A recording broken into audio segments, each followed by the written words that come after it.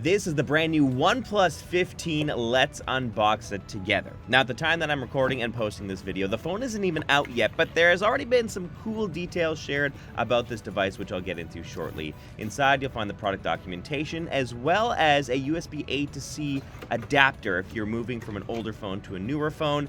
OnePlus is continuing to include a charger in the box, as well as a cable. Thank you, OnePlus, for doing this. You'll also find a SIM card removal tool in case you need to have one. And here's our first look at the OnePlus 15. This finish is called Sandstorm, and the OnePlus 15 model seems like it's going to be picking up where the OnePlus 13 left off as a gaming powerhouse. And this is just based on the specs that have been released about this phone so far. Thanks to the Snapdragon 8 Elite Gen 5 processor on there, as well as that 1.5K 165Hz LTPO screen with 1800 nits of brightness. I'm working on my full review now, so if you have any questions about this phone, please let me know in the comments section.